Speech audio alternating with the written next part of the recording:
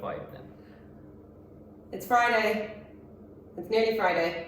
It's Friday in 5, 4, 3, 2, 1. We're live. It's Nude Wine TV. Happy Friday. Thank God. And today we are discussing New Zealand wine. As you can see, this is a sheep based on the sheep emoji, because I realised I've done the head wrong in the first one. So today we're going to discuss what is one of the most important wine producing regions in the world, certainly what is one of the most important wine styles in the world, and that is New Zealand Sauvignon Blanc. So what is it? Oh, I have to have a glass of wine first. Make sure the glass is topped up. So we've four wines here. We're going to discuss New Zealand Sauvignon Blanc first. It's the most important wine coming out of the region. Accounts for 86% of all the vineyards planted. We're going to have a look at some Pinot, and we're also going to have a little look at some Chardonnay, and then discuss where they are on the map. I worked in New Zealand in 2008 for 3 months, and 2008 the Sauvignon Blanc production was so big they called it the Savalanche, and it was an absolute chaotic 3 months that I absolutely loved, and I've got some mad stories.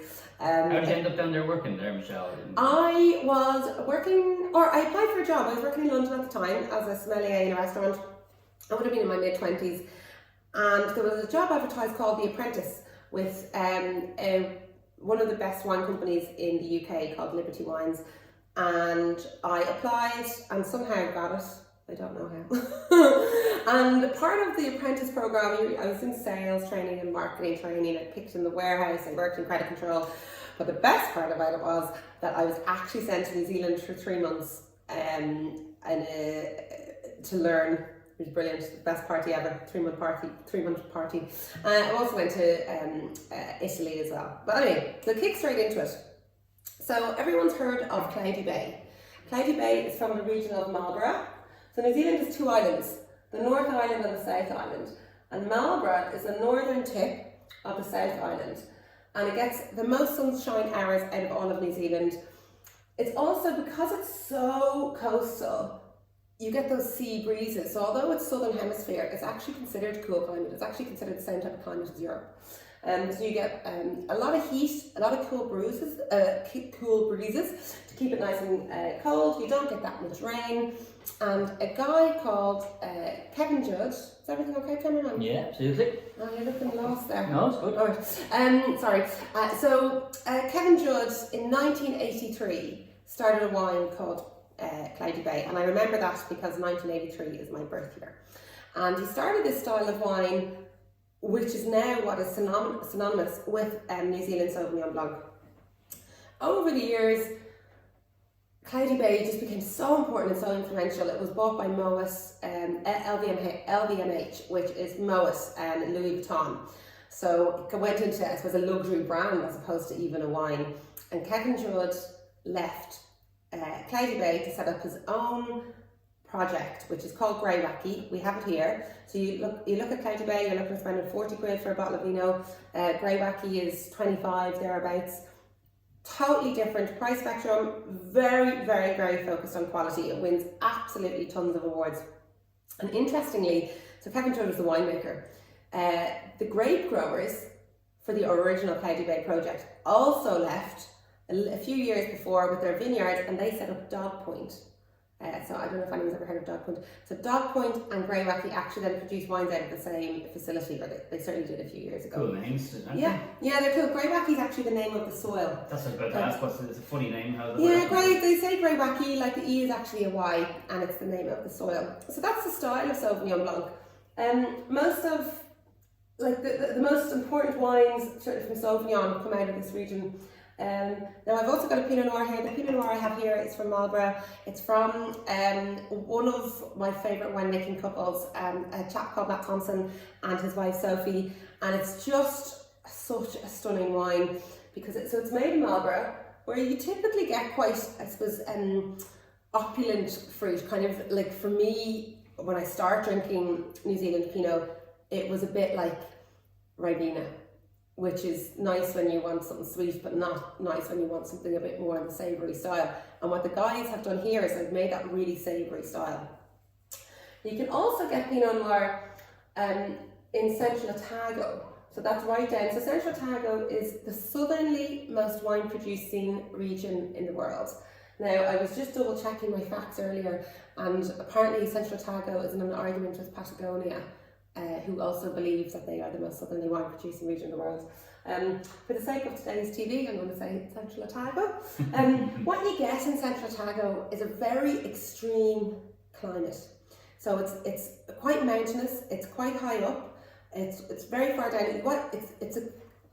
The climate's very similar to Burgundy. It's called a continental one, so you've very cold, quite severe winters, and then you've got a short, intense boost of heat and sunshine. And you get these really tall wines. And Central Otago makes some of the best Pinot Noir in the world. It's absolutely, I love it. I absolutely love the style. And what you get is that brightness of fruit, but you also get the structure and the tension, which is fabulous.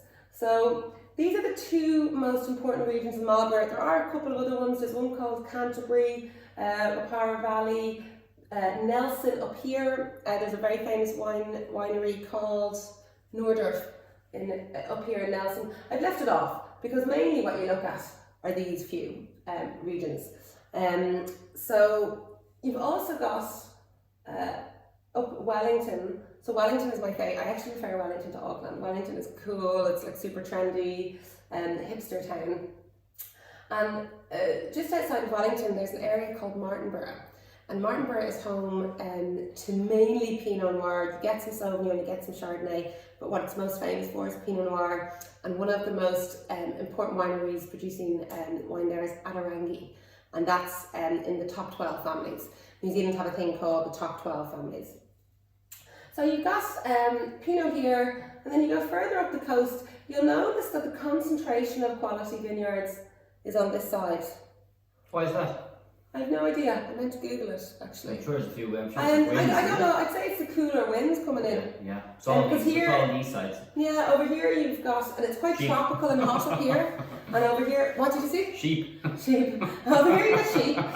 Well, you've got a big mountainous. This is quite mountainous in the middle. You've got quite a tropical area here. It's very hot. So what you've also got further up, you've got Hawke's Bay. So here you've got in the Southern Island aromatics, finesse, delicate wines. They need the cooler climate. When you go further north, you get the hotter style of wine. So you're going to get the likes of Cabernet, which is the main grape in Bordeaux. You're going to get Syrah, which is the main grape in Crozes Hermitage. Grown up here, a bit of Merlot, and you tend to get those quite voluptuous red wines. And a very famous producer there is Craggy Range, so you'll probably notice a lot of them. And then right at the top you've got Gisborne, and they do, I suppose, aromatic white, so the kind of more funkier styles. You get a bit of Riesling, you get a bit of Gewürztraminer, you get a bit of Gruner Veltliner, so kind of the randomly cool stuff. But really what you're looking at is this concentrated area here. I actually flew, I think it was a 12-seater plane, I can't remember how many seats were on it, from Wellington over the Marlborough Sounds when I was first arriving. It was a terrifying trip. I would say it's terrifying. Terrifying, because the noise is so loud, you can't hear anything. And I was like, it was the first time I'd ever done a long haul trip, and I had packed like every suitcase I had, and they could nearly not fit my suitcases on the plane, and then everyone else had run like normal luggage. So that's a quick overview of New Zealand. Now, very quick overview. So you're looking at in Marlborough Sauvignon Blanc, and the style of Sauvignon Blanc and Marlborough is very, I suppose, tropical fruits, green, unoaked, quite intense, and that's what you get from all the sunshine hours. So it's really, really warm. So you get that constant heat, which gives it a ripeness of flavour, but because it's coastal, the sea breezes come in and they give it that lovely acidity. And that's really what New Zealand Sauvignon is famous for. It's obviously very, very popular now with the side Yeah. isn't it? Do you know, it was, when was that going? 2002, I was working in a wine bar in town, and everyone was drinking New Zealand Sauvignon Blanc, like everyone. So you're looking at like nearly 20 years ago that it was really, really popular. And the reason why is because you knew what it was. When you bought a New Zealand Sauvignon Blanc, and because the style is quite, it's not a very broad style, you know exactly what you're going to get. Unlike if you're going to buy a bottle of Chardonnay, like, sure, what is that? It could be anything. New Zealand Sauvignon Blanc tasted like New Zealand Sauvignon Blanc. And it's the one thing, if you ever do a blind tasting, now you're a numpty if you don't get it. because it's just so obvious. And that's what, and it's a great thing, and that's why it did so well. So you've got Pinot Noir. I love Pinot Noir from New Zealand. They tend to be a little bit more expensive. Wines from New Zealand aren't cheap. You've just got a higher cost of labour. You've got very good quality vineyards, very good quality winemakers, and you also have, in lots of cases, quite difficult terrain to work on. So you need hand picking, which is labour, costs money, so you tend to have a bit less machinery on them. New Zealand Sauvignon Blanc starts normally at around €12, whereas French Sauvignon you can get it a little bit under that. And then to the sky's the limit. So that's an overview. I've put in here Parallel 45, which is really, really important. And I'm sure people have probably seen, I think it's Jabelet from Rhone, who do a wine called Parallel 45, a Côte de Rhone wine. Now, it's not exactly there. I think it's slightly lower. I was trying to get the exact thing on a map and it was hard.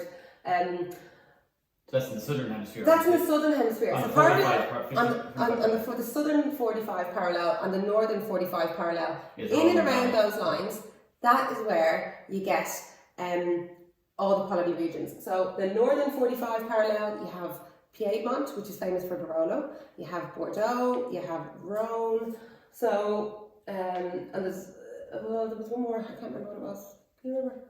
You were looking it up earlier. No, you said Rhone Valley was the big Rhone Valley, Bordeaux, Piedmont. Yeah, That Piedmont, straight line, yeah. Piedmont, Yeah. for Barolo.